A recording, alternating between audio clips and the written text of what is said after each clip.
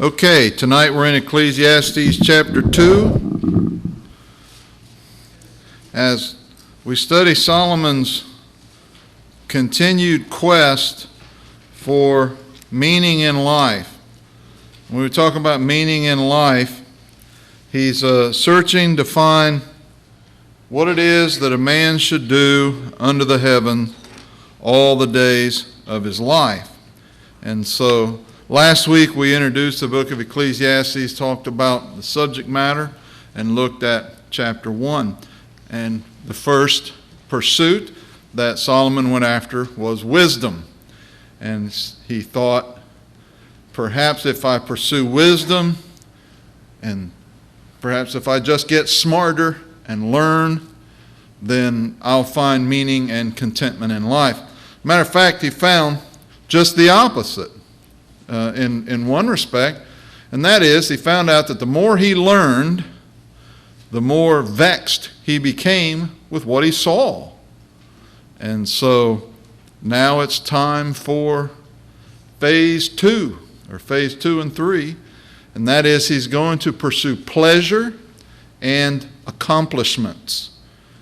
And he's going to try to find meaning in life in just, I would say hedonism, but he's living as a hedonist,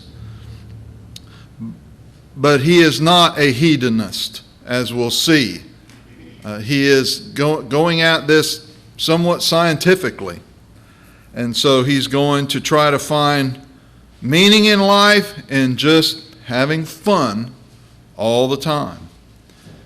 And he's going to find that dissatisfying, and so he's going to couple with that to try to find meaning in life and great accomplishments, accomplishing great things.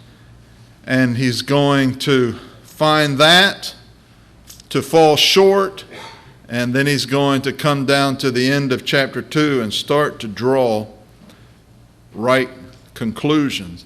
What we see at the end of this chapter is something that we'll see punctuated throughout the book of Ecclesiastes, and this is where Solomon is going to come back time and time again.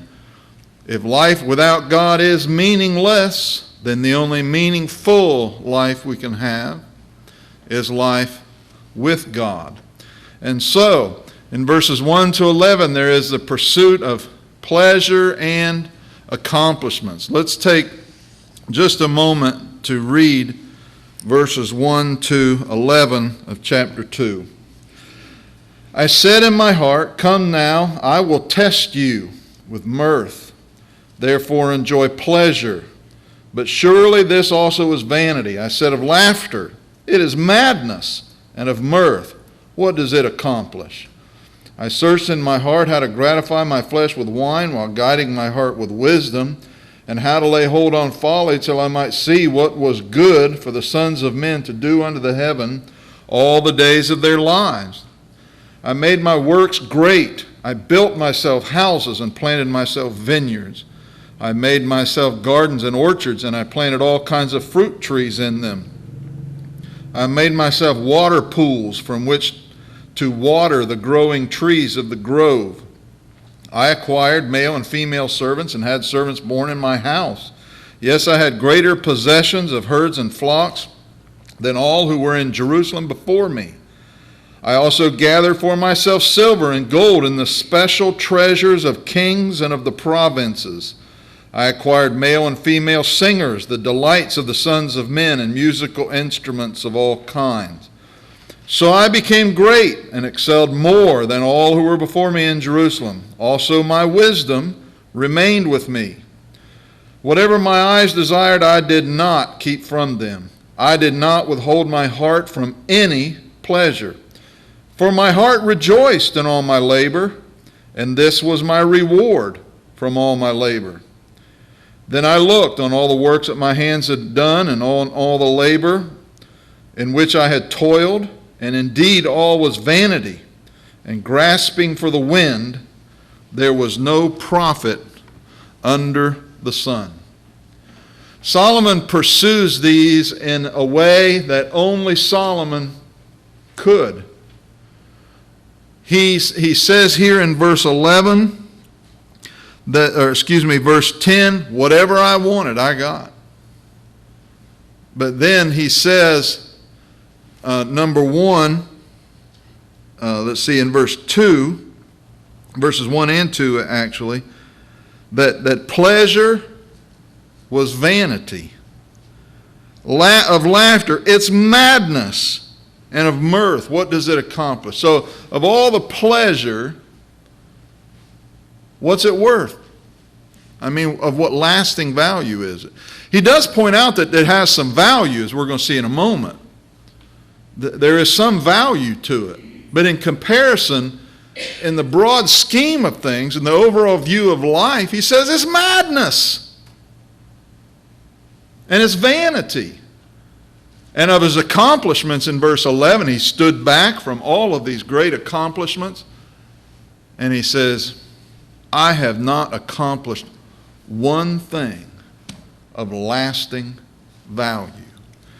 And that's sad for a man to come to a point in his life where I say it's sad, if he comes to that realization and then learns from it, then that's a good thing. But many don't learn from it. I think we've already looked at these verses, chapter 2 and verse 1, and verse 11. Throughout all of this, Solomon maintains his wisdom. Notice what he says in verse 3. He says, I sought in my heart to give myself unto wine. He says, yet acquainting my heart with wisdom. So through all of this, in seeking the fun and the pleasure in life, he still held on to his wisdom. This is why I say that he is going at this from kind of a scientific perspective. He is almost on the outside of himself looking in. Or it's as if he's looking at himself going through all of this pleasure in part of his mind.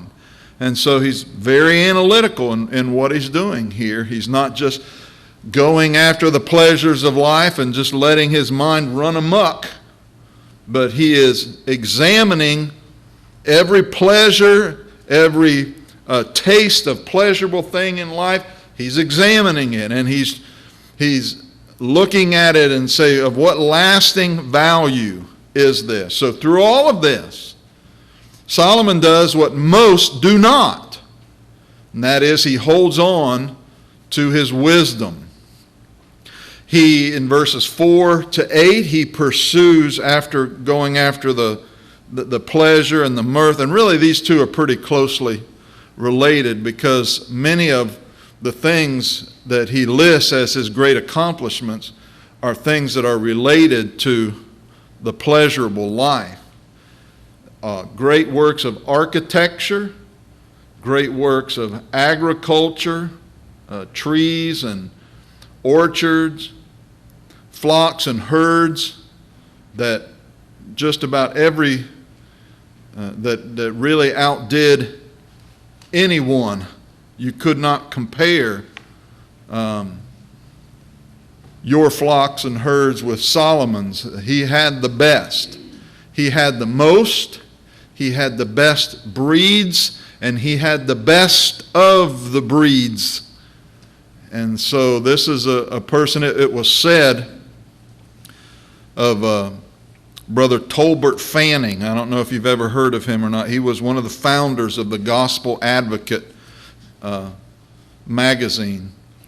But it was said of him that the only thing that could draw his attention more keenly and more sharply than a good in-depth Bible study was a good breed of cow or pig. He loved agriculture. He loved livestock. And so Solomon just immersed himself in these things, in great treasures and the pursuits of wealth. He says here that the treasures of the kings and the kingdoms. I take this to mean this would be great works of art. Perhaps sculpture, perhaps artistic works in silver and gold. And then entertainment. He had the men singers and women singers. Now, in the King James and the New King James Version here, it mentions musical instruments. But as we're going to see in just a moment, I think, I'm not sure that that is the most accurate translation. So he was rich beyond compare. He had everything that a person could imagine that he might want. Not only this, he was famous. He says, I became great and excelled more than all who were before me in Jerusalem. So he was rich and famous. You remember the popular TV show about lifestyles of the rich and famous? And then there have been lots of spin-offs. Most of the reality shows, or many of the reality shows today, are based on the admiration of rich and famous people. And so Solomon had that. A lot of people aspire, oh, if I could just be like this person who's a movie star. If I could just be rich and famous like that, all my dreams would come true. Well, Solomon was. He was rich and he was famous. Everyone knew about Solomon, and he was very renowned. And he rejoiced. He says, I rejoiced in all of these. Whatsoever mine eyes desired, I kept not from them. I withheld not my heart from any joy. He would look at something and say, I want to do that. And he did it. He would look at something and say, I want that. And he'd buy it. Anybody here remember the wish book catalogs that come out either before Thanksgiving or right after Thanksgiving?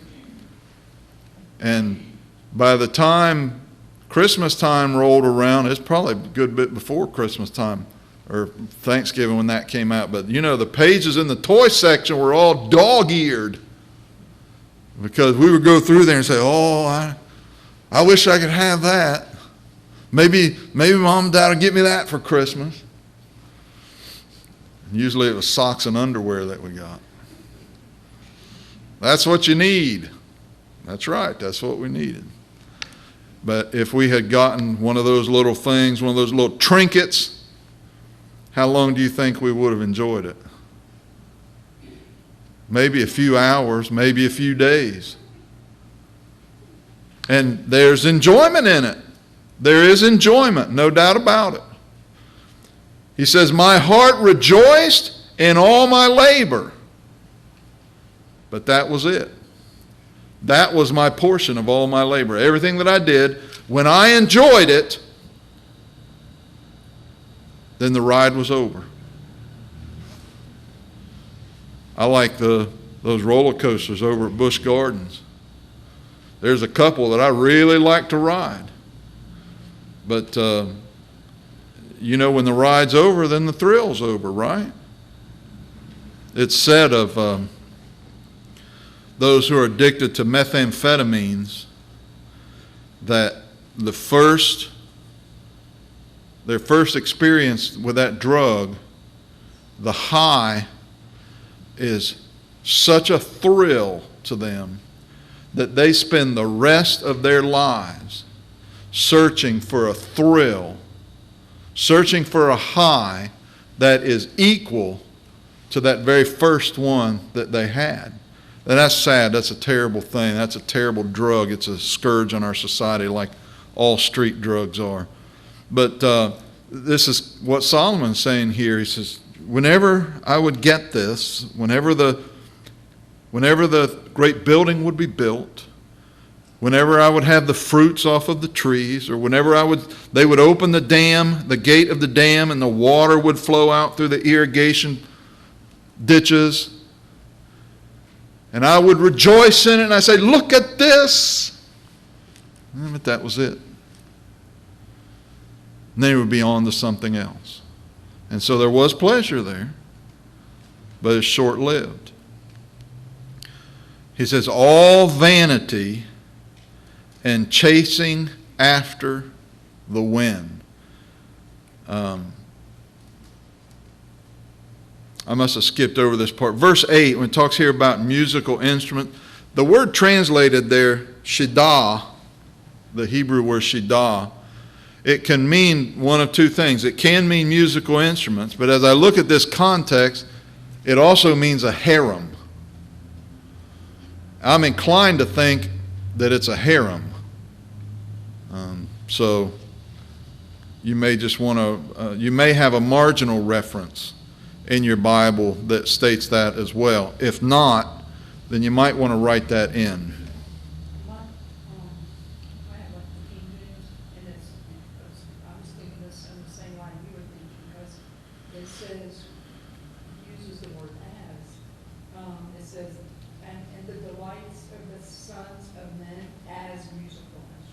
Okay. So that says right there, it's not really literal. It can mean, the word shiddah can mean a literal musical instrument, or I guess we have words that the same word means two different things. And it may mean, it can mean a harem, or it can mean literally a concubine, not necessarily a harem, or musical instruments. He does talk about singers there, so it may be musical instruments, but I'm inclined to think, considering how many wives and concubines he had, that it might mean harem. Richard, you had a... Mine says concubines? Okay. I don't know how I skipped over that. His conclusion is that it's all vanity and chasing after the wind. King James Version says vexation of spirit. And that's what you would get if you were trying to chase the wind and catch it. You would be quite vexed, right? Because you can't catch it. But it is vanity and chasing after the wind. Verse 11, he said, there's no profit under the sun. Now that's not literally true, is it? There's no profit. There is profit under the sun. But if you're living with the viewpoint of just searching for meaning in life without God, then you might as well say there's no profit under the sun. But with God, then, you do find meaning. What profit hath a man of all his labor which he taketh under the sun? Verse 3. I have seen all the works that are done under the sun, and behold, all is vanity and vexation of spirit. So then he gets to the point here in verses 12 to 23 where he just starts to question what's the point? You know, why do anything in life? So let's read verses 12 to 23. Then I turned myself to consider wisdom and madness and folly. For what can the man do who succeeds the king? Only what he has already done. See, he talked in chapter 1 about there's nothing new under the sun. And that's what he's saying here, reiterating. Then I saw that wisdom excels folly, as light excels darkness. The wise man's eyes are in his head, but the fool walks in darkness.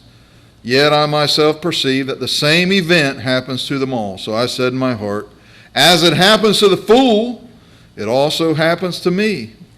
And why was I then more wise?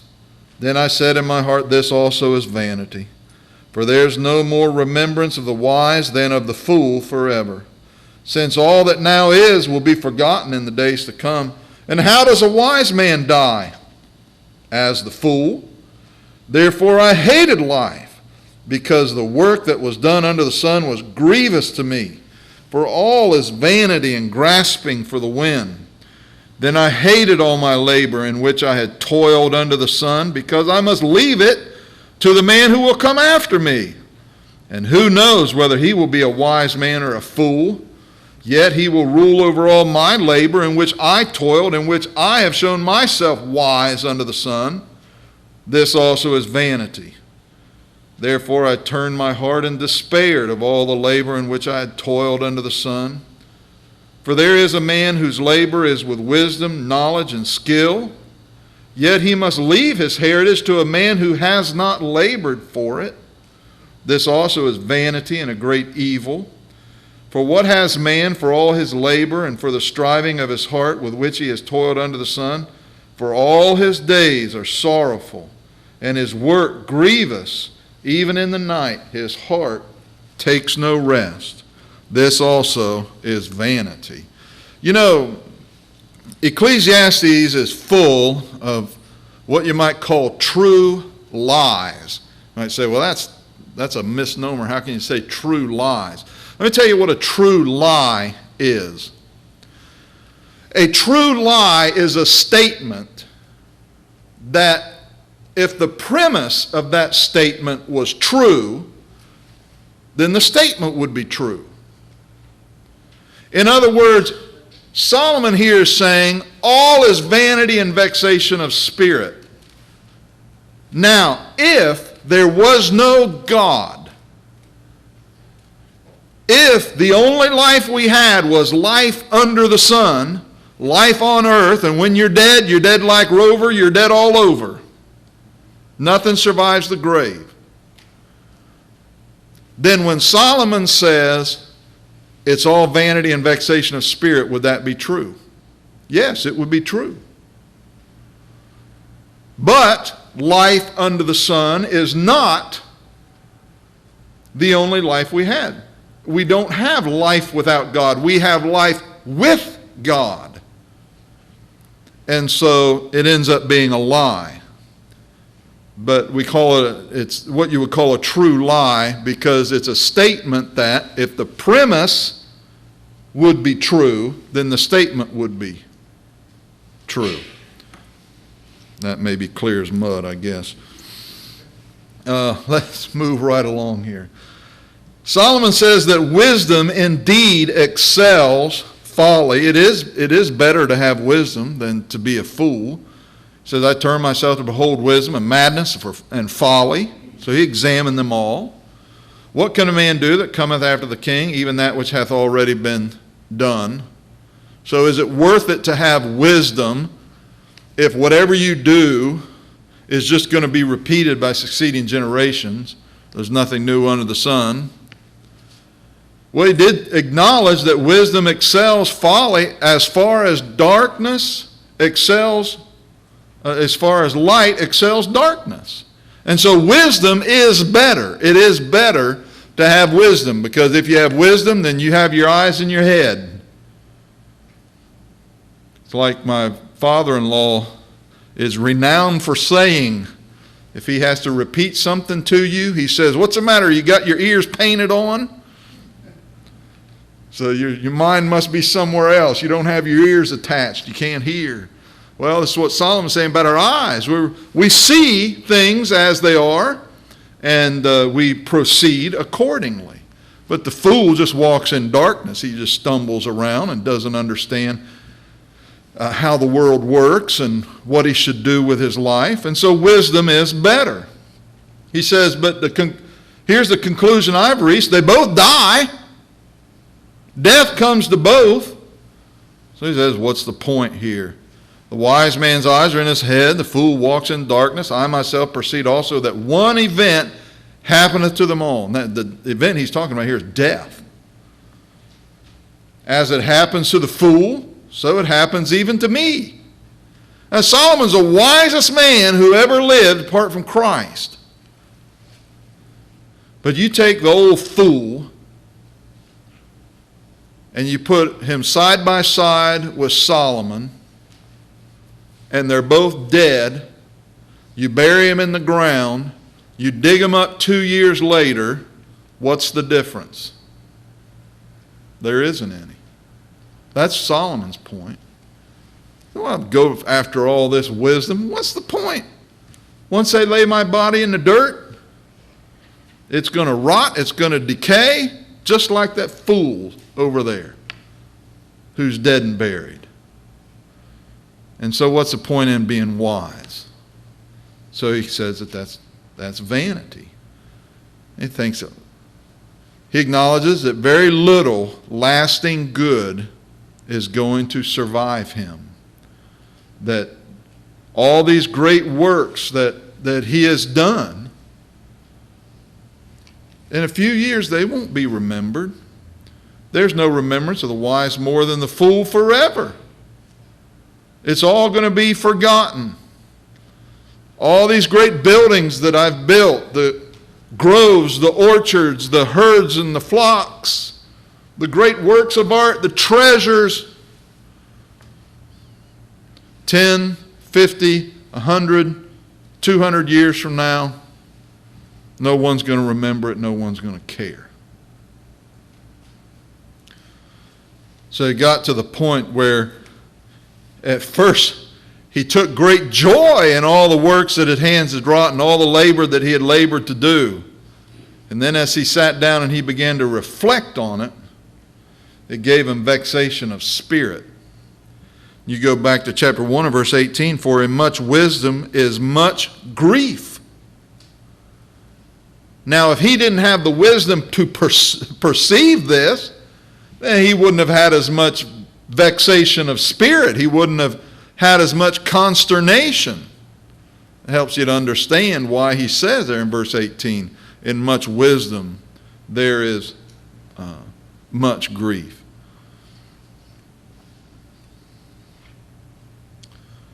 Now, verses 24 through the end of the chapter is really, now this really belongs in the next chapter, but we're going to look at it here, because otherwise you go away from this Bible study mightily depressed. But Solomon starts to come to a conclusion here, and that conclusion is, it doesn't have to be vanity and vexation of spirit.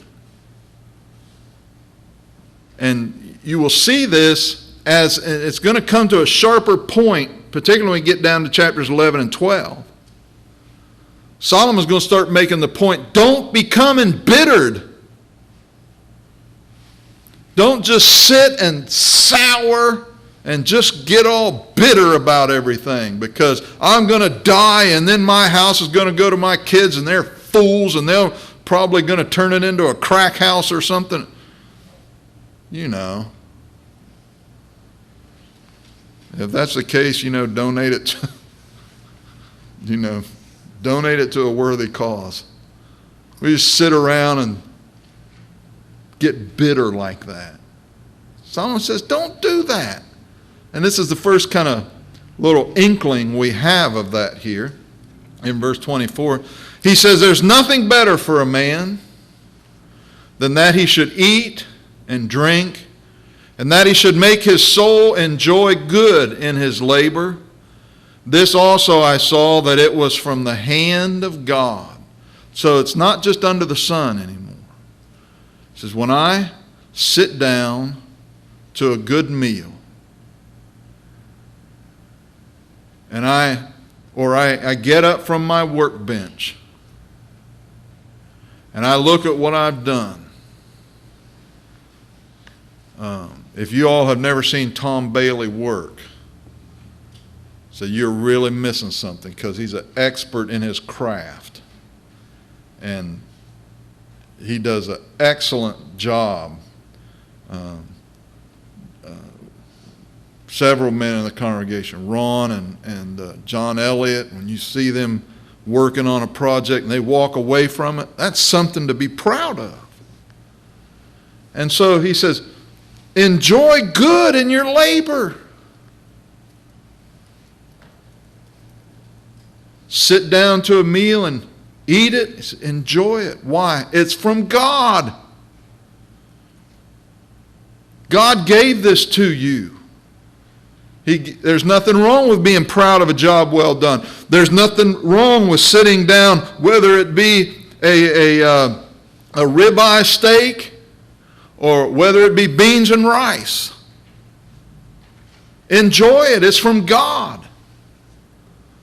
Now he says in verse 25 here, he says, apart from God, and it's kind of an unfortunate translation, particularly in the King James Version. Now, if you have an NIV, I think the NIV probably translates it about as accurate as it can be. But the more than I here really should be translated apart from him. He's in verse 25, who can eat or who can hasten hereunto apart from him? Or in other words, you can't enjoy life to its fullest apart from God. What did Jesus say of the meek? They shall inherit the earth. The meek, those who are subject to God's will and to God's control, have the greatest capacity to enjoy the temporal blessings of God than anyone else. Because, particularly as Paul said in Ephesians chapter 1, we understand the purpose of God. We understand the way the world works. We understand that when we see that little honeybee come down and land on that flower, we understand God did that. When you look up at the stars, God did that. Now, you just can't enjoy that to any meaningful degree apart from God. You sit down to your food, you offer thanks for the food. Why? Because God gave it to you. And so, you can't, who can eat? Who can hasten hereunto apart from God?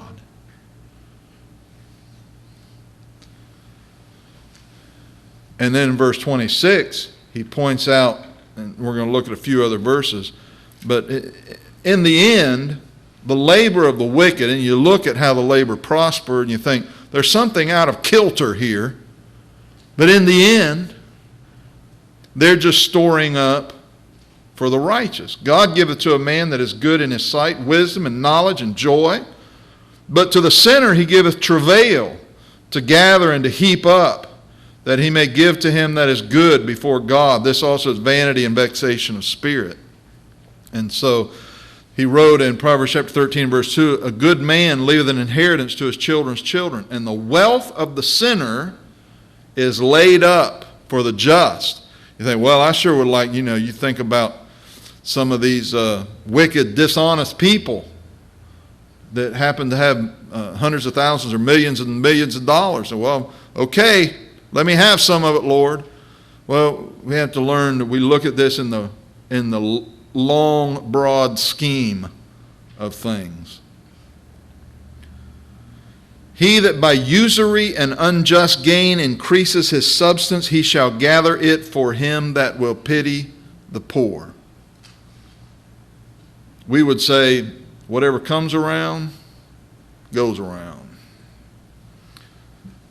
Now, he transitions here in chapter 2, going into chapter 3, talking about the sovereignty of God. Now, I want you to read this next week, and try not to be thinking about the mamas and the papas while you're reading it, about are they the ones that sang that song? To everything, turn, turn. Who sang that? The Birds? Okay. I'm not as old as Ron is.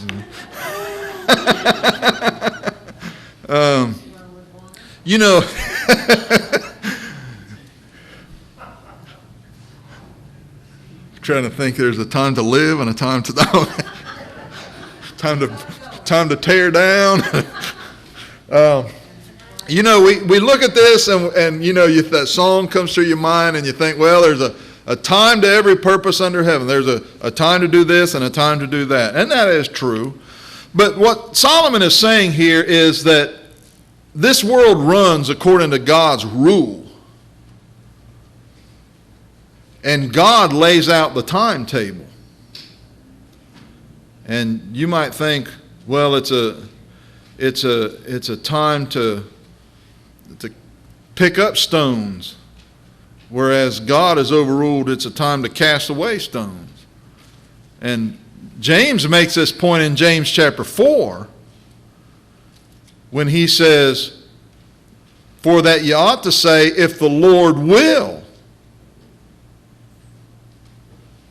And he's talking about people who say, well, we'll go here or there, we'll continue there a year, buy and sell and get gain. Well, it may not be in God's timetable. It may not be time for you to buy and sell and get gain. It may be time for you to sell and lose your shirt if you ignore God's timetable. And we all know this. You look at how the stock market goes. You might think it's time to buy or sell, and it might not be time to buy or sell. And so Solomon's just making the point here in the first part of chapter 3 that God is sovereign over the affairs of life. So as you read that throughout the week, read it with that mindset, that it is the sovereignty or the sovereign rule of God governing the affairs of life. We have a few minutes left. Do you have any comments or questions, any observations?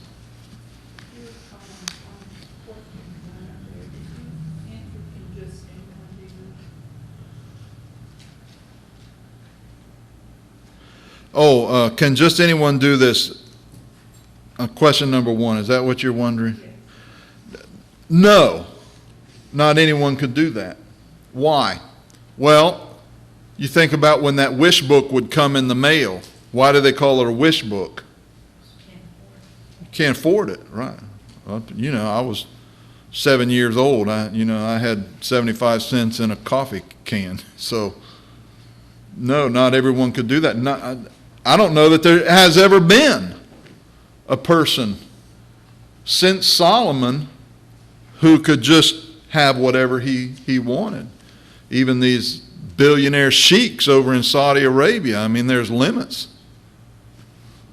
I think even some of the modern examples of very wealthy people like Bill Gates, what about that, they've come to the realization that there's only so much happiness they can have with great fortune, and they've made their life work now to give vast amounts of that fortune away.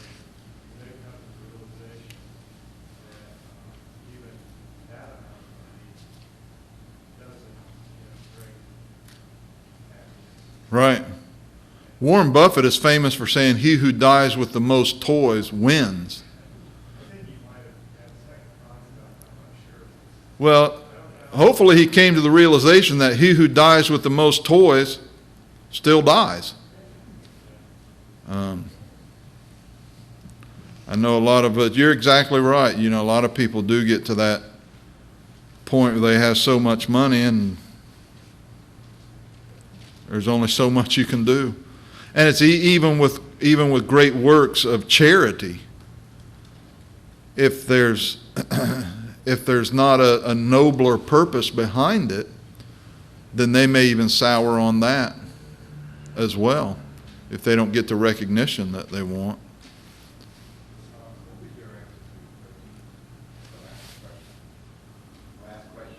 Last question. Well, I can just show you here. The labor of the wicked benefits the righteous in the long run. And yes.